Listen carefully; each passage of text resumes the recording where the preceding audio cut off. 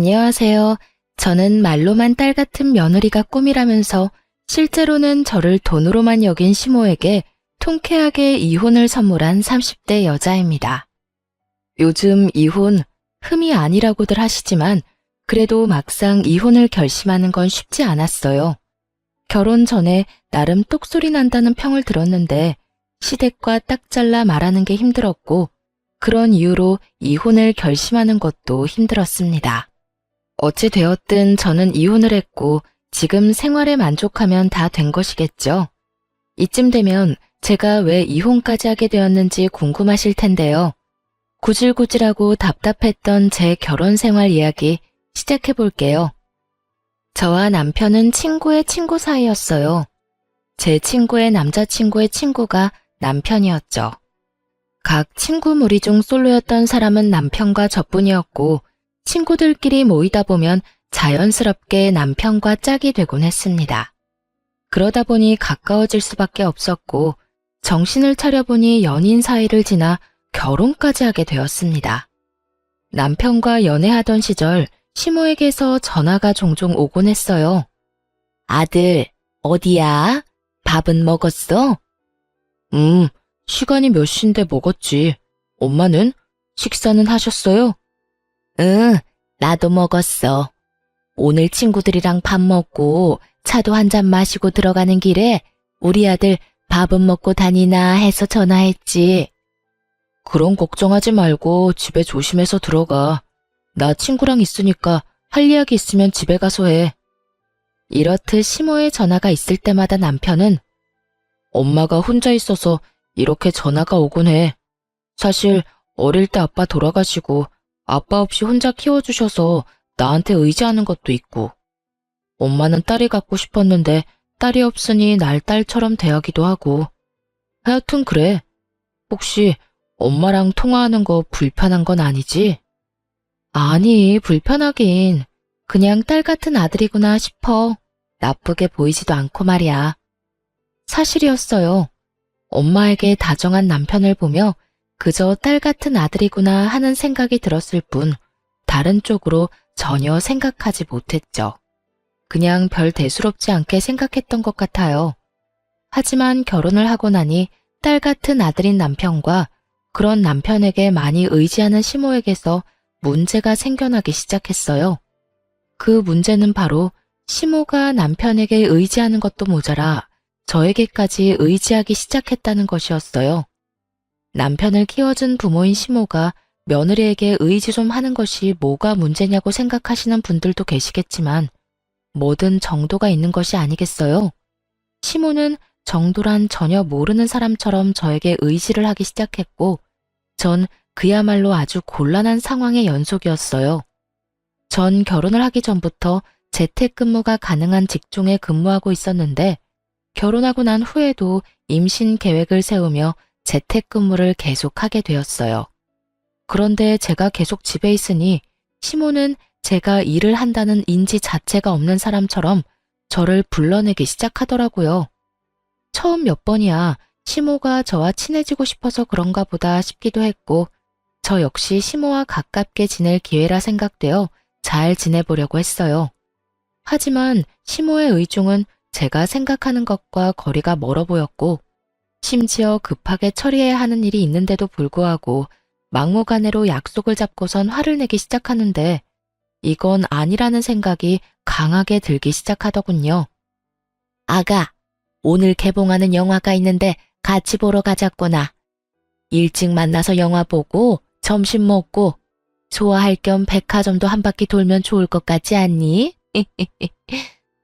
아, 어머님, 오늘은 좀 힘들 것 같아요. 급하게 처리해야 할 일이 있어서요. 내일 하면 안 되니? 계속 기다리던 영화라서 꼭 오늘 보고 싶은데. 사실 진작 처리했어야 하는 일인데 어제도 그제도 어머님 만나느라 미뤘어요. 그래서 오늘까진 꼭 처리해야 할 것 같아요. 그래? 그러면 몇 시까지 일하면 되니? 설마 밤늦게까지 해야 하는 건 아니지? 해봐야 알 것 같은데 왜 그러세요? 너 일 끝나는 대로 보러 가려고 그러지.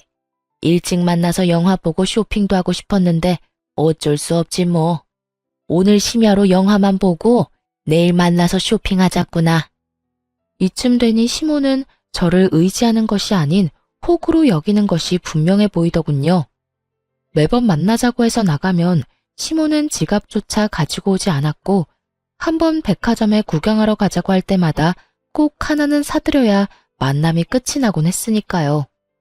하물며 제 스케줄을 비롯해 제 컨디션은 단 하나도 신경 쓰지 않고 오로지 본인만 생각하는 시모를 보며 이제 더는 끌려다니지 말아야겠다는 생각이 들더군요. 어머님, 아마 일 마무리하면 늦어질 것 같은데 마냥 기다리시는 것도 그렇고 저도 일 끝내고 나면 피곤할 것 같아서 좀 쉬려고요. 그러니 오늘 영화는 친구분이랑 보러 가시는 게 어떠세요? 친구? 네가 내 친구이자 며느리 아니니? 그런 네가 있는데 내가 누구랑 영화를 보러 가겠어? 그러지 말고 같이 가. 내가 기다리면 된다니까. 나 잘 기다릴 수 있어.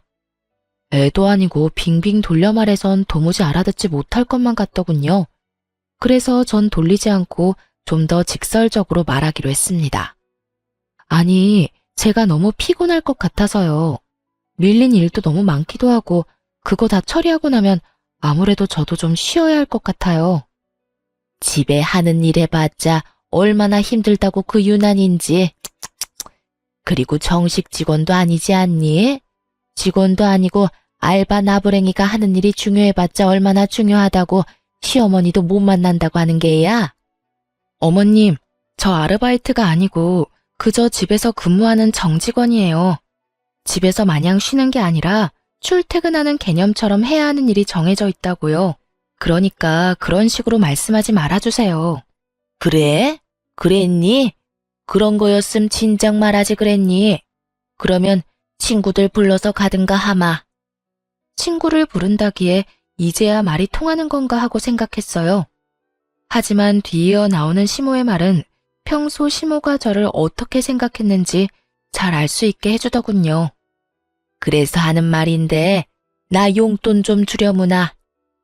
네? 용돈이요? 그래, 용돈. 친구들 만나서 영화도 보고 밥도 먹고 쇼핑도 하려면 돈이 있어야 하지 않겠어? 평소엔 너랑 다녀서 돈이 필요 없었지만 너는 바쁘다고 했잖니. 그러니 용돈이라도 줘야지. 계좌번호 보낼 테니 넉넉히 보내거라. 저의 예상대로 시모는 저를 돈 쓰는 호구로 여기며 당당하게 돈을 요구해왔고 어떻게 하나 고민하다 결국 30만 원을 보내드렸습니다. 지금 생각하면 왜 돈까지 줬나 싶은데 그땐 그게 최선이라고 생각했던 것 같아요. 딱 그때까진 그래도 이런 시모라도 사랑하는 내 남편을 혼자 힘들게 키워주신 분이라는 생각이 강해 잘 지내고 싶었으니까요. 하지만 이런 제 생각을 산산이 부숴버리는 연락을 받게 되었어요. 바로 그날 저녁에요. 네, 어머님. 오늘 영화 재미있게 보셨어요? 식사는 잘 챙겨 드셨고요? 영하고 나발이고 넌 젊은 애가 통이 작아도 어쩌면 그렇게나 작니? 네? 갑자기 그게 무슨 말씀이세요? 통이 작다니 혹시 돈이 모자랐어요? 뭘 당연한 걸 물어? 모작 30만 원으로 누구 코에 붙이라고 그걸 용돈이라고 보낸 게야. 네 그 코딱지만한 씀씀이 때문에 내가 오늘 친구들 앞에서 얼마나 창피했는 줄 알기나 알아? 여러분, 30만 원이 작은 돈인가요? 영화 보고 밥 먹는데 도대체 얼마를 보내드려야 통 큰 며느리 소리를 들을 수가 있는 것인지 그쯤 되니 궁금해지더군요. 득달같이 화를 내는 시모의 반응에 당황한 제가 아무 말도 못하고 있자 시모는 이대로 밀어붙이자 싶었는지 더 황당한 말을 꺼내놓기 시작하더군요. 그러지 말고 너 쓰는 카드 있지?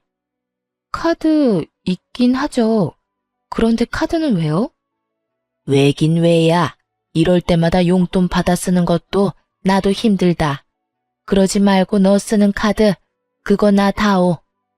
내가 가지고 있으면서 이럴 때마다 알아서 잘 쓸 테니. 카드를 요구하는 시댁 식구들이 있다는 말을 들은 적 있지만 그 개념 없는 식구가 제 식구가 될 줄은 꿈에도 몰랐습니다. 거기에다 어쩌면 이리도 당당한지 정말 박수라도 쳐주고 싶은 심정이더군요. 시모의 요구가 당당하면 당당할수록 전 그런 시모와 잘 지내보고자 하는 의지는 바닥을 향해 곤두박질 쳤고 기어이 시모의 입에서 지금 받으러 온다는 말이 나오고 나서야 모든 것을 내려놓게 되더군요. 너 집에 있지? 지금 받으러 가면 되니? 내가 가는 게 정 부담스러우면 퀵으로 보내거라. 아니면 카드만 택시 태워 보내든지. 뭐든 다 괜찮으니 오늘 내로 주기만 해. 아니요, 어머님. 오실 필요도 없고 제가 카드만 보내는 일도 없어요. 뭐라고? 그게 무슨 뜻이니? 설마 카드 못 준다는 말을 하는 거니? 네, 저는 카드 못 드려요. 애초에 드릴 마음도 없었고요. 뭐야? 그까지 카드 좀 주는 게 뭐 힘든 일이라고 그렇게 딱 잘라서 안 된다고 하는 게야? 어머님은 어떨지 몰라도 전 힘이 들어서 못 드릴 것 같네요. 저도 쓰는 카드를 어떻게 어머님을 드리겠어요. 하여튼 그런 줄 아시고 다신 카드 이야기는 하지 말아주세요. 그럼 저도 피곤해서 끊을게요.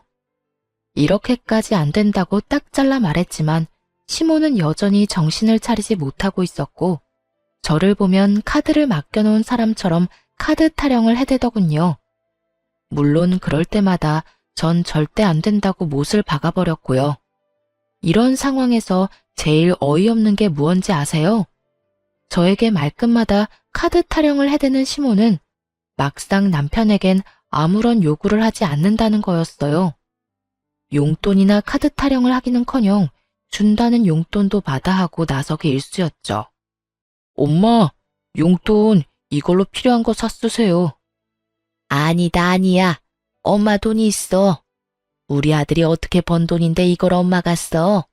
뒀다가 우리 아들 필요한 데 있으면 써. 엄마는 정말 괜찮아. 이렇게 말하면서요. 자기 아들 돈은 아깝고 제 돈은 은행에서 돈 뽑아 쓰듯 쉽게 생각하는 시모를 바라보는 제 심정이 어떨지 짐작이 되시나요? 얄미운 것도 얄미웠지만 이해도 되지 않았고 문제도 많아 보였죠. 용돈이나 카드에 대한 요구가 계속되면 계속될수록 시모와 저의 사이는 멀어졌고 이러는 와중 남편은 중재를 한다며 저에게 헛소리를 늘어놓기 시작했어요. 여보, 엄마한테 대충 이야기 들었는데 그냥 카드 좀 드리면 안 돼? 당신이 카드 준다고 해도 엄마가 막 쓸 사람도 아니고 카드가 정 찝찝하면 용돈을 달마다 주던가. 달마다 이런 이유 저런 이유 되면서 적게는 20만 원, 많게는 50만 원씩 가져가시고 있어. 어떤 달에는 도저히 입을 옷이 없다고 돈 내놔라. 어떤 달에는 몸보신 한다고 30만 원. 그건 용돈 아니야? 뭘 얼마나 더 달란 말이야. 아, 몰라. 난 이제 더는 못하니까 그렇게 주고 싶으면 당신이 줘. 카드를 주던지 용돈을 주던지 당신이 알아서 하라고. 당신 엄마는 왜 나한테만 그래? 당신 돈은 그렇게나 아까워서 벌벌 떨면서 왜 내 돈만 못 빼가서 난리냐고. 당신도 잘 알잖아. 우리 엄마 딸 같은 며느리에 대한 로망 같은 거 있었다는 거. 그래서 그런가 봐. 아들이 주는 용돈보다 며느리가 주는 용돈이 더 기분 좋고 그런가 보지. 그러니까 당신이 좀 이해해. 어차피 당신 돈이 내 돈이고 내 돈이 당신 돈인데 뭘 그런 거 가지고 기분 나빠해. 남편의 말도 안 되는 소리를 듣고 있는데 정말 이대로는 안 되겠다는 생각이 들더군요. 그래서 전 초강수를 두기로 했어요. 아, 그래? 그러면 당신 월급 카드 나 줘. 내가 관리할게. 앞으로 거기에서 어머님 이체해주고 용돈 주고 하면 되지? 당신 말대로 그 돈이 그 돈이니까. 아, 어머님 기분 좋으시게 내 이름으로 보낼 테니 그건 걱정하지 말고. 얼마 드리면 만족하시려나? 50만 원? 100만 원? 얼마나 보내드릴까? 아예 통 크게 200만 원 드려? 에이, 여보, 왜 그래? 200만 원씩이나 주면 나 생활은 어떻게 해? 그러지 말고 그냥 내가 엄마한테 잘 말해볼 테니까 당신은 신경 쓰지 마. 똑바로 잘 처리해. 괜히 중간에서 말 이상하게 해서 내 입장 곤란하게 만들지 말란 말이야. 그렇지 않아도 나하고 어머님 사이도 안 좋은데 당신까지 보내지 말라고. 걱정도 팔자다. 내가 알아서 잘 말할 테니 그런 걱정하지도 마. 웬일로 큰 소리를 떵떵 친다 싶더니 남편은 시모에게 말을 잘했더라고요. 아주 잘 말이죠. 몇 달 동안 시모에게서 돈을 이유로 하는 연락이 오지 않았고 전 알아서 잘 해결했겠거니 하고 지냈는데 어느 날 갑자기 화가 잔뜩 난 시모에게서 전화가 왔더라고요. 전화를 받았더니 시모는 다짜고짜 화를 내기 시작했고 그 화를 내는 이유가 정말 가관이었어요. 너 미쳤니? 미쳤어? 내 아들한테 뭐라고 했길래 내 아들이 네 이름으로 돈을 보내준 것도 모자라 카드까지 네 카드라고 속이고 나한테 줬던 거야. 난 그것도 모르고 그 카드를 얼마나 썼는데. 그래요. 남편은 시모에게 매달 50만 원씩 제 이름으로 보내준 것도 모자라 자기 카드까지 제 카드라 속이며 시모에게 줬던 것이었어요. 카드에 쓰인 영문명을 읽을 줄 몰랐던 시모는 그 모든 것이 제 것인 줄 알고 신나게 카드를 긁어대고 다녔던 것이었어요. 그렇게 몇 달, 생각보다 시모의 씀씀이가 크자 남편이 감당할 수 없는 상황이 되었고 시모의 뒷바라지를 하던 남편은 결국 시모에게 연락을 해 모든 사실을 털어놓으며 카드를 다시 가져가게 되었던 것이었죠. 도대체 왜 네 돈, 네 카드를 두고 내 아들 돈을 쓰게 한 거야? 내 아들이 어떻게 번 돈인데 그걸 쓰게 만든 거냐고.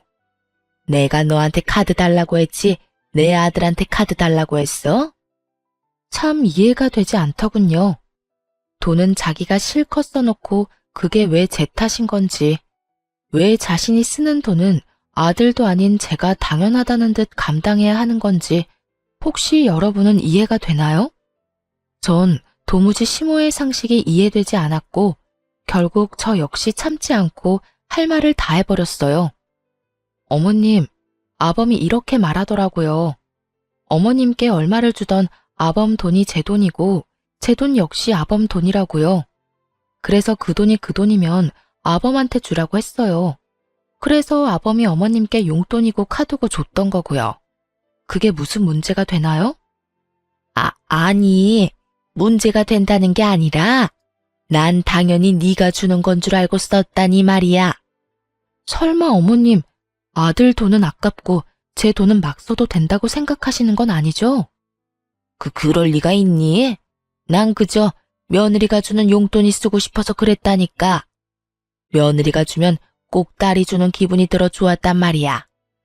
아, 그런 거면 앞으로 아들을 딸이다 생각하세요.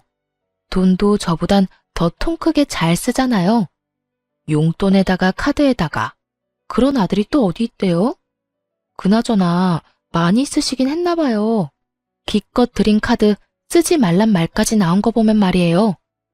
시모는 제 말에 약이 바싹 오른 듯 씩씩거리는 소리가 휴대전화를 뚫고 나올 지경이었어요. 하지만 그것도 잠시 시모는 이대로 질 수 없다는 듯 준비한 말을 꺼내기 시작했어요. 그래서 말인데 나 너희랑 같이 살려고 한다. 네? 저희랑 같이요? 그러니까 우리 집에서 저희랑 같이 산다 이 말씀이세요? 그래.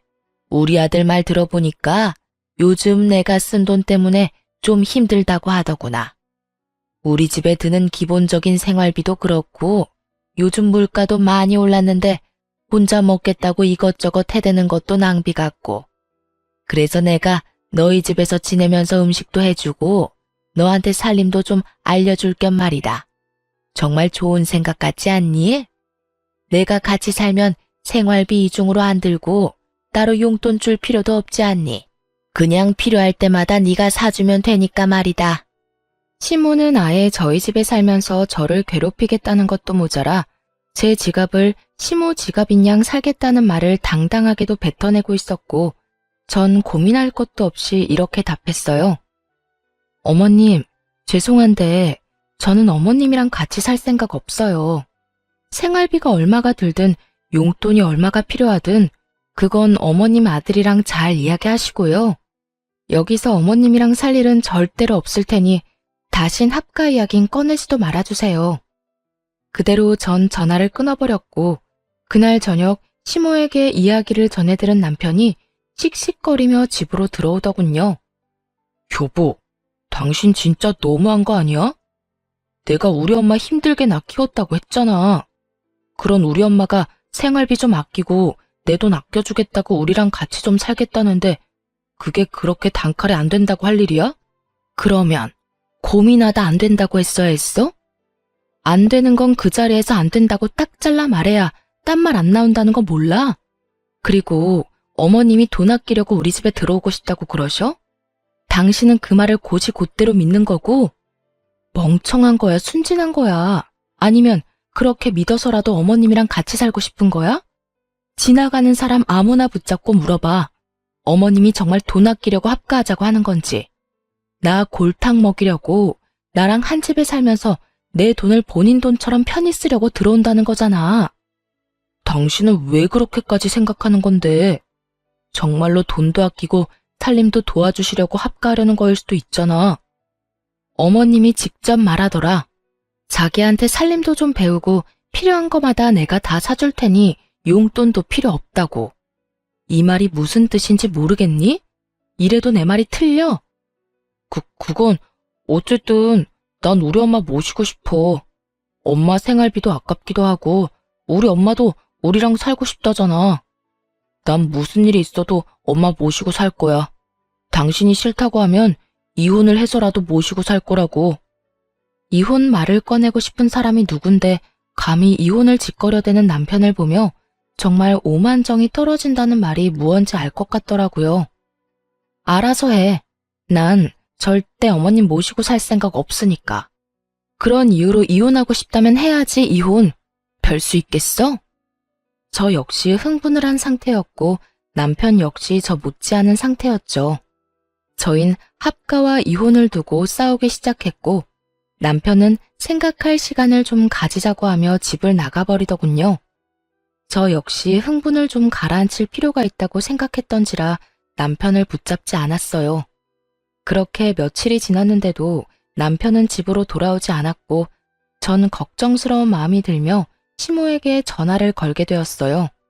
안부를 묻는 겸 남편이 어떻게 지내는지 궁금하기도 했으니까요. 어머님, 잘 지내세요? 나야 뭐, 잘 지낸다. 그나저나 무슨 일이니? 그간 전화도 잘 안 하더니. 왜? 집에 무슨 일이 있니? 우리 아들한테 무슨 일이 있어? 혹시 어디 아프니? 네? 아니요.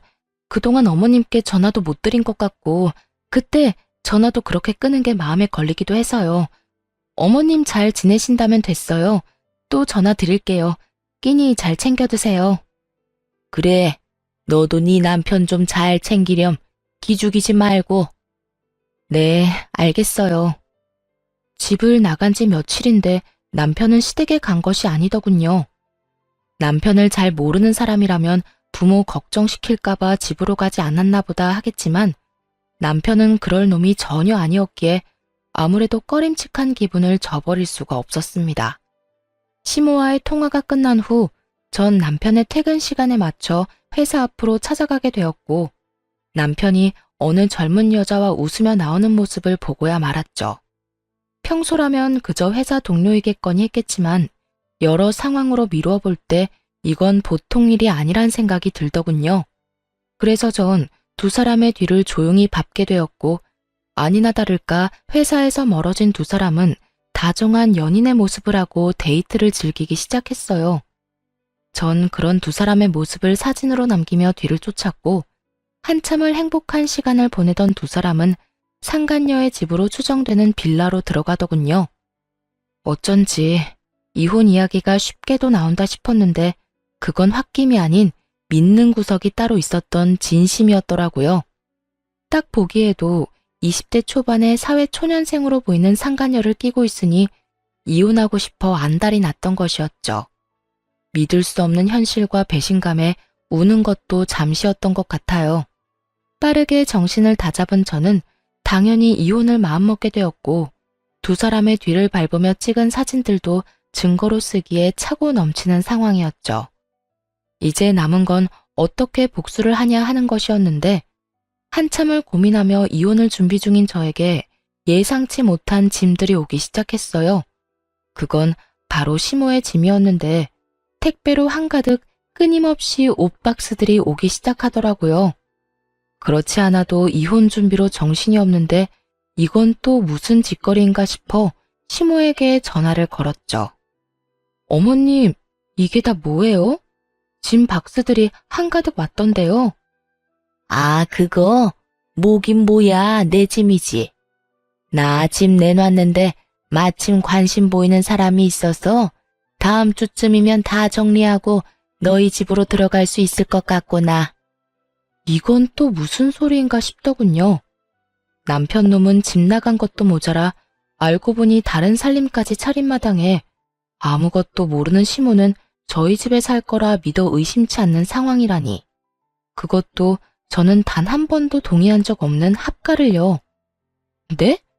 그게 무슨 말씀이세요? 저는 합가 싫다고 했잖아요. 저는 어머님 못 모시고 산다니까요. 아니, 이제 모시고 살 이유도 없다고요.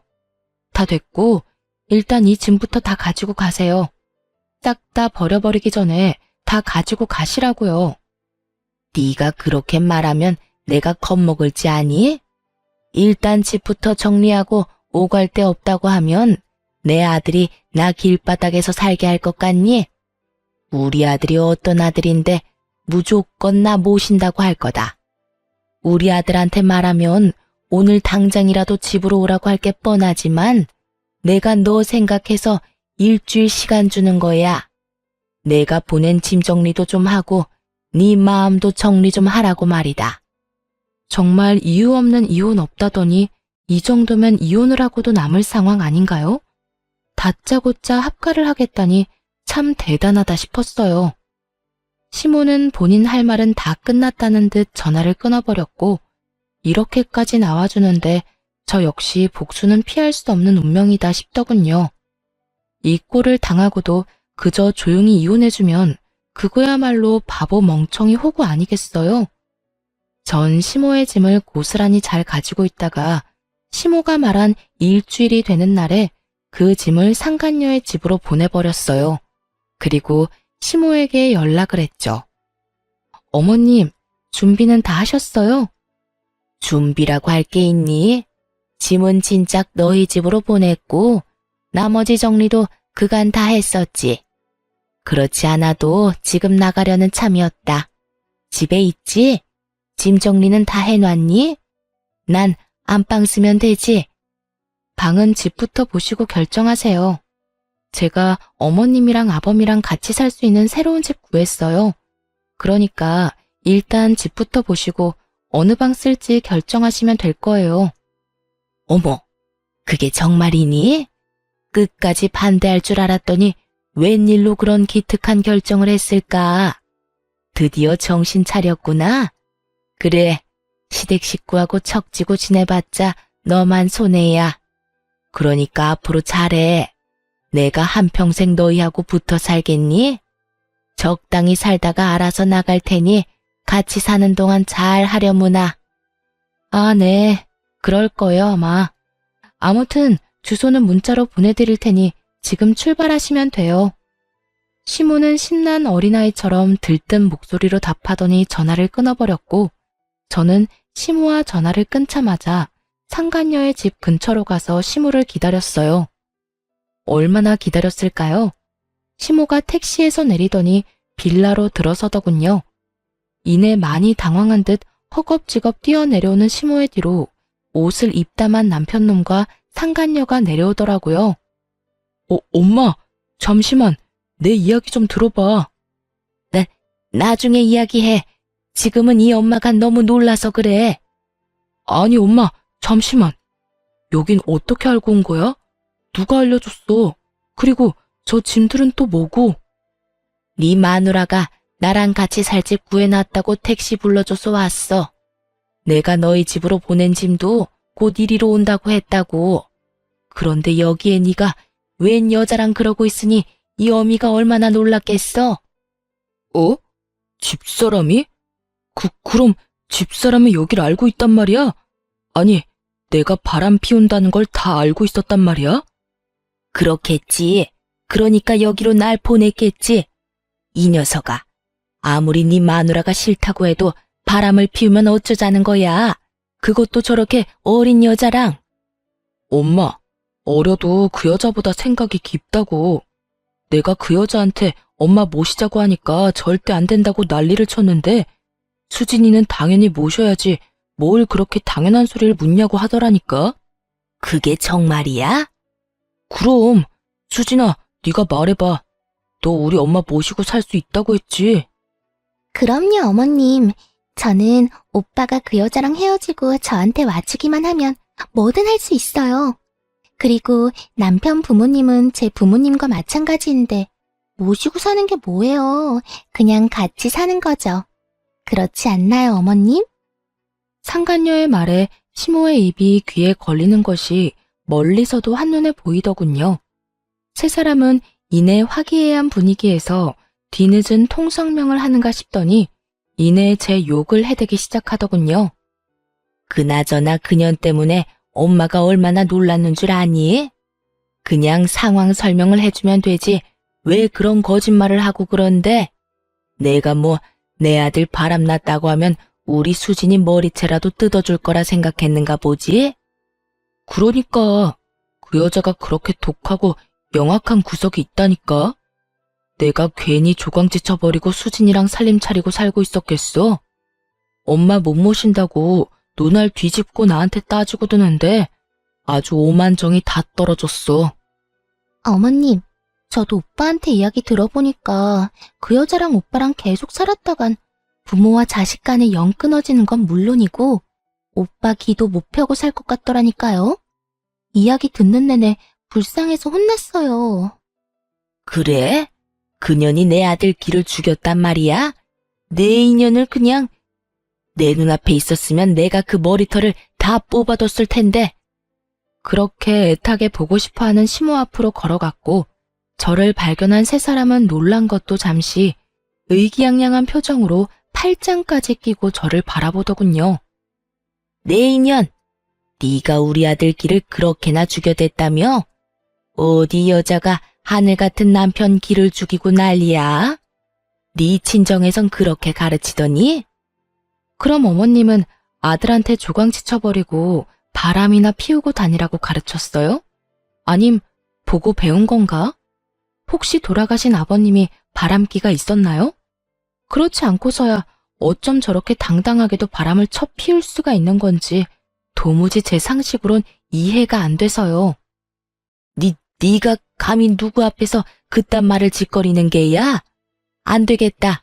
너 당장 이혼하거라. 내가 그간의 정을 생각해서 너 이혼녀만큼은 만들지 않으려고 했는데 너 하는 꼴을 보니 도무지 안 되겠구나.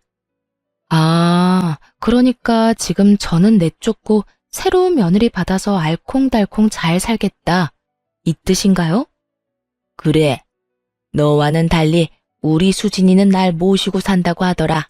아니, 같이 사는 거라고 하는구나. 나이는 어려도 너보다 생각 깊은 게 네 눈에도 보이지 않니? 어찌되었든 조용히 이혼하거라. 뭐 소송이니 위자료니 시끄럽게 굴지 말고. 시모가 편을 들어주자 상간녀는 본인이 나서도 되는 자리라고 생각했는지 말을 치고 나오더군요. 어머님 말씀이 옳아요. 저기요, 언니. 제가 이야기 다 들었는데 언니도 뭐 잘한 거 하나 없던데. 그냥 조용히 이혼하세요. 어차피 증거도 변변치 않을 거라 소송해봤자 소용도 없을 텐데. 괜한 시간 낭비 마시라고요. 뭐 이대로 물러나주면 오빠가 위로금으로 한 500만 원은 줄 수 있다고 하던데. 그 돈이라도 받아서 떨어지라고요. 누굴 거지로 보는 건지 돈 500만 원에 조용히 물러서라는 말을 듣는데 정말 손이 벌벌 떨리더라고요. 전 떨리는 손을 들어 그대로 상간녀의 뺨을 때려버렸고 그런 상간녀의 앞을 남편이 막아서더군요. 당신 미쳤어? 지금 누굴 때리는 거야? 제정신이야? 너 같으면 제정신이겠어? 누굴 거지로 하나? 돈 500만 원 먹고 떨어지라고? 터진 입이라고 함부로 짓거리니까 얻어맞는 거야. 알겠어? 그리고 너는 지금 누굴 앞을 막아서는 거야? 사태 파악 똑바로 못하지? 나 사태 파악 똑바로 하고 있어. 그러니까 우리 수진이 괴롭히지 마. 우리 수진이는 독한 당신과는 달리 우리 엄마한테도 잘한다고 하고 우리 엄마 모시고 산다고까지 했다고. 나 그런 수진이 사랑해. 나 이제 당신 같은 여자 안 사랑하고 수진이 사랑한다고. 남은 여생은 수진이랑 엄마하고 살고 싶어. 이혼하자. 당당하다 못해 치기 넘쳐 보이는 남편놈을 보는데 왜 제가 여기서 이런 수모를 겪고 있어야 하나 현타가 오더군요. 그래서 전 제 앞을 막아선 남편의 뺨을 힘껏 때려버리곤 이렇게 말했어요. 그래, 이혼해. 방금 따귀는 마지막 내 선물이니 평생 살면서 기억해라. 그리고 증거 없으니 소송하지 말라고 했지? 그런데 어떻게 하지? 나는 증거가 차고 넘쳐서 그 소송 할 계획인데? 이미 변호사 선임도 끝난 상태고 곧 소송도 진행될 거야. 그러니까 세 사람 준비 잘해. 그때 돼서 울고불고 매달리지 말고 말이야. 아 참! 그리고 지금 사는 집은 내 집이니까 당신 짐 다 빼야 하는 건 알지? 내가 당신 번거로울까봐 어머님 짐 보내는 김에 당신 짐도 다 챙겨서 오기 전에 이리로 보냈어. 곧 올 테니까 짐 정리 잘해. 이삿짐 비용은 내가 낼 필요 없을 것 같아서 결제 안 했으니까 결제도 알아서 하고. 전 그대로 집으로 돌아왔고 그 후로 진행된 이혼 절차는 이혼 후 벌어질 상황에 비해선 순조로웠어요. 증거는 많았고 많은 만큼 확실했죠. 그동안 시모가 보낸 수많은 문자들, 대부분 돈을 요구하고 합가를 강요하는 문자 내용들, 거기에다 하찮은 협박까지 그것뿐인가요? 전화녹음 파일 등도 증거로 쓰이며 시모 역시 위자료 지급을 피할 수 없었고 상간녀는 말하면 입 아픈 수순으로 위자료를 지급하게 되었습니다. 그렇게 이혼을 하고 난 후 이혼 사실이 전 남편의 회사에 퍼지며 상간녀와의 외도 역시 소문이 파다하게 퍼졌다고 하더라고요. 그간 티를 얼마나 내고 다녔으면 다들 그럴 줄 알았다며 놀라지도 않았다고 해요. 그 소문이 직원 내뿐 아니라 회사 윗선까지 퍼져 상간녀가 먼저 회사를 그만둔 후 결국 전 남편까지 손가락질을 견디지 못하고 회사를 그만두게 되었다고 들을 수 있었어요. 그렇게 이혼만 하면 다 끝이라고 생각했는데 그때부터 지긋지긋한 상황이 시작되더군요. 처음은 상간녀였어요. 이혼을 하고 잘 지내고 있는데 핏기 하나 없는 얼굴을 한 상간녀가 찾아왔더라고요. 무슨 일이에요? 앞으로 2번 다신 볼 일 없을 줄 알았더니. 그러게요. 저도 2번 다신 볼 일 없을 줄 알았다고요. 다 됐고 당신 남편이랑 당신 남편 엄마 좀 다시 데리고 가세요. 난 도저히 더는 그딴 인간들이랑 못 살겠다고요. 인간 취급은 해주려고 했더니 도저히 안 되겠네. 야, 여기가 어디라고 찾아와서 그딴 말도 안 되는 말이나 짓거리는 거야? 좋다고 뺏어갈 때는 언제고 이제 와서 뭐? 다시 데리고 가라고? 내가 미쳤니? 그 혹을 다시 가지고 오게?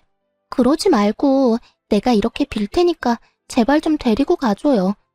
아들이라는 놈은 회사 그만두고 집에서 빈둥빈둥 놀기만 하고 그 아들 엄마라는 사람은 남의 돈을 물처럼 써대는데 정말 미치겠다고요.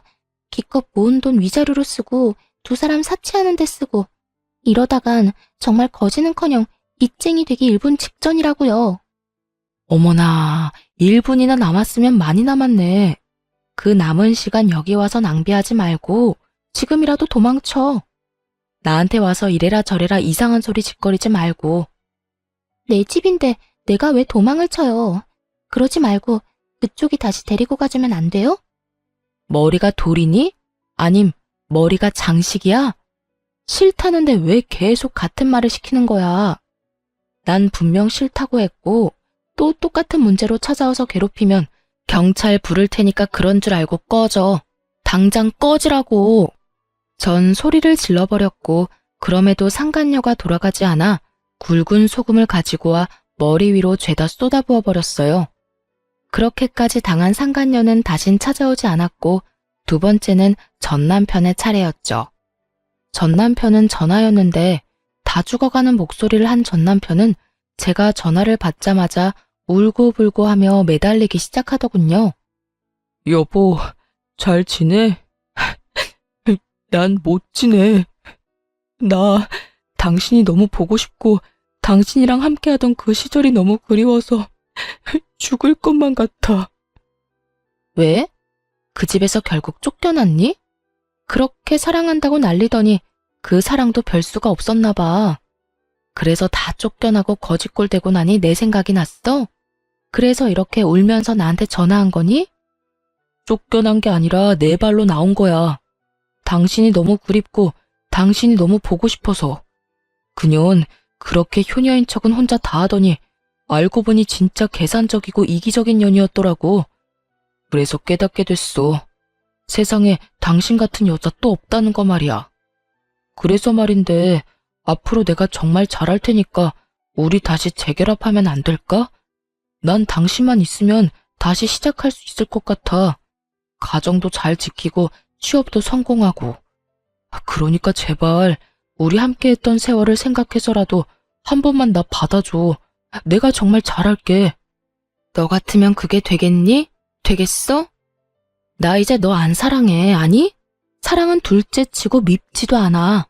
무슨 감정이 남아야 밉기라도 하지. 그러니까 똥 싸는 소리 하지 말고 두 번 다시 연락하지 마. 너랑 전화통 붙잡고 있는 시간도 아까우니까. 저는 그대로 전화를 끊어버리곤 전 남편의 전화를 차단해버렸어요. 혹시 몰라 전 시모의 전화도 차단해버렸고요. 그렇게 끝일 거라 생각했는데 끝이 아니더라고요. 네, 맞습니다. 끝판대장 시모의 등장이 저를 기다리고 있더군요. 다 차단을 해버리고 난 후 며칠이나 지났을까요? 거짓골을 한 시모가 회사 앞에 기다리고 있더라고요.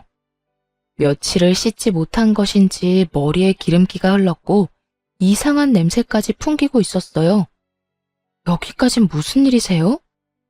아가야, 나 좀 살려다오. 아가라니요. 저 이혼한 거 잊었어요? 남의 회사 앞에서 이러지 말고 할 말 있으면 빨리 하세요. 저 피곤해요. 그래, 그래야지. 피곤한 사람 붙잡고 길게 이야기하면 안 되지. 그러니까 말이다. 아가, 나 좀 데리고 살아주면 안 되겠니? 이건 또 무슨 염치도 양심도 없는 말인가 싶었어요. 전 남편만이라도 데리고 살아달라도 아니고 전 시모를 데리고 살아달라니. 네? 제가 지금 잘못 들은 것 같은데 그러니까 아줌마를 데리고 살아달라고요? 이제 나랑 아무런 상관도 없는 아줌마를요? 아줌마라니. 그래도 내가 한땐 네 시험이었는데 아줌마는 너무 심하지 않니? 아니다, 아줌마. 맞지, 그래. 그깟 호칭이 뭐가 중요하겠니? 다 됐고 네가 똑바로 들은 게 맞아. 나 좀 데리고 살아주면 안 되겠니?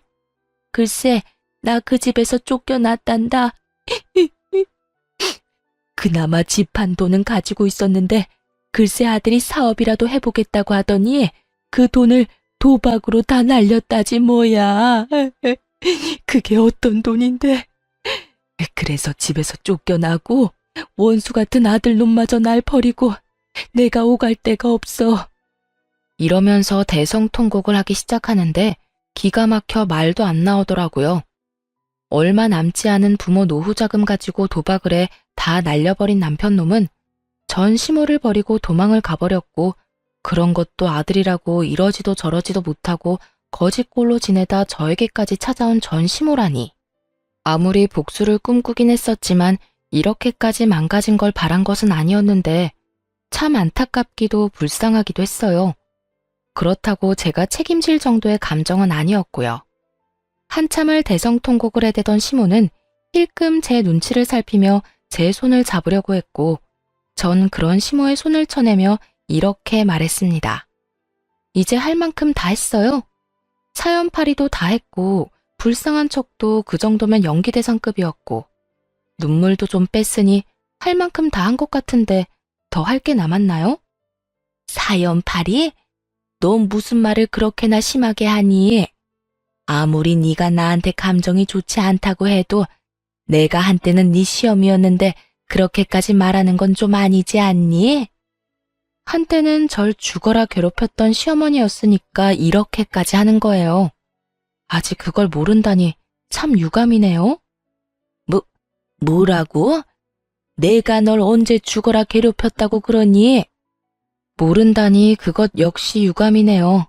하여튼 전 아줌마랑 같이 살 생각 전혀 없고요.